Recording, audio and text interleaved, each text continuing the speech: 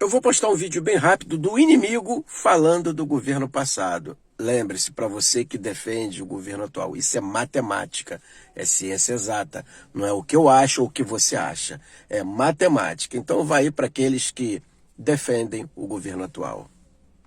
A economia brasileira cresceu 2,9% em 2022. O produto interno bruto do país crescer 2,9% no ano passado em comparação com 2021. A alta de 2021 tinha sido de 5%. A inflação oficial do Brasil fechou 2022 em 5,79%.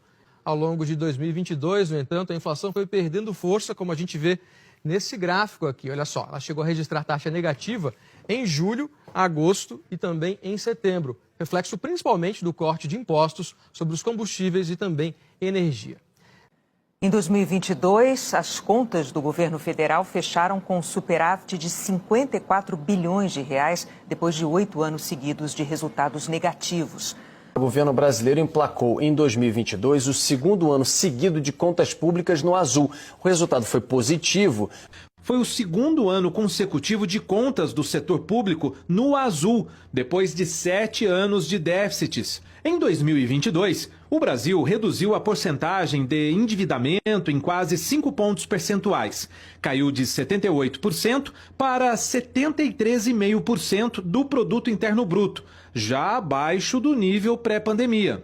A economia brasileira gerou 2 milhões de novos empregos com carteira assinada em 2022, segundo o governo federal. Um bom número, um avanço forte do mercado de trabalho.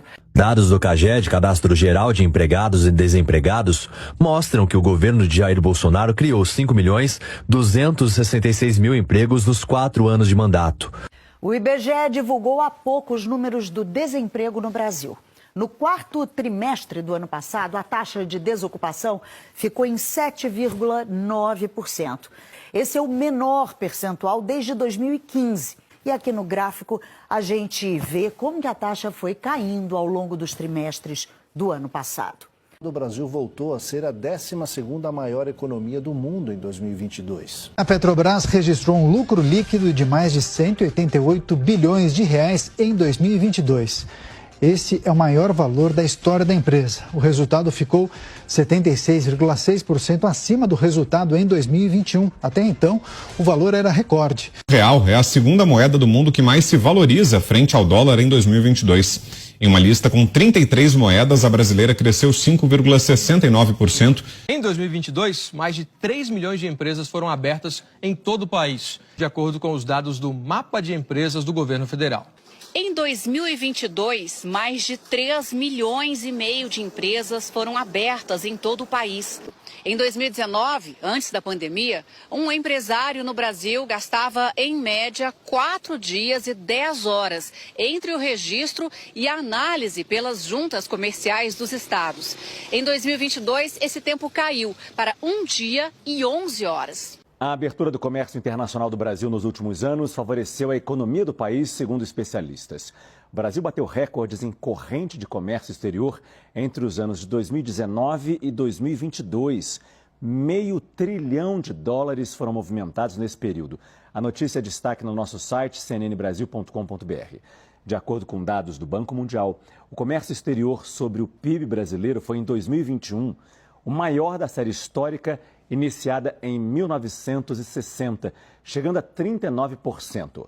O setor público consolidado, que engloba os governos federais, regionais e registrou um superávit primário de 126 bilhões em 2022, no melhor fechamento anual desde 2011. Segundo o Banco Central, o saldo acumulado em 12 meses equivale a 1,28% do PIB. Considerando esse indicador, o resultado foi o mais forte desde 2013, quando encerrou o ano em 1,71% do PIB. O governo central e as empresas estatais apresentaram, respectivamente, superávites de 54,9 bilhões de reais e de 6,1 bilhões em 2022. Os governos regionais registraram um resultado superavitário de 64,9 bilhões de reais. Foi o segundo ano consecutivo de contas do setor público no azul.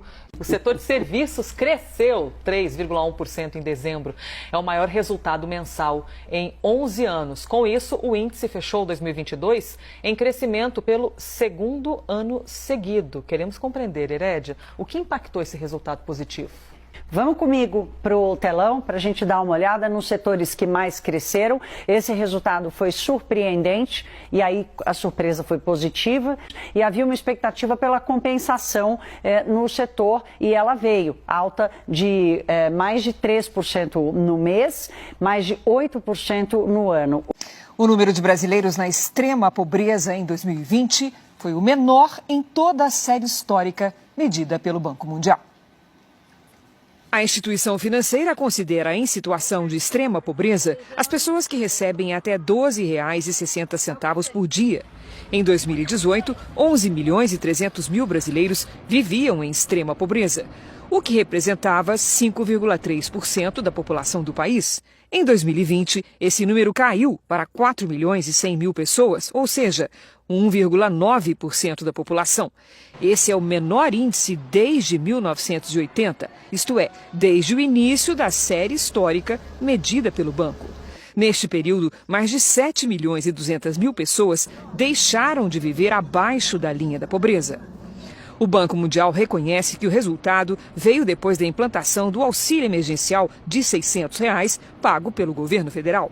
A desigualdade no Brasil chegou ao menor nível dos últimos 10 anos em 2022. Comparando com 2021, o rendimento médio da população cresceu 6,9%. Segundo o IBGE, essa recuperação está ligada aos programas sociais e também à melhora do mercado de trabalho. Muitos brasileiros recuperaram o fôlego no ano passado.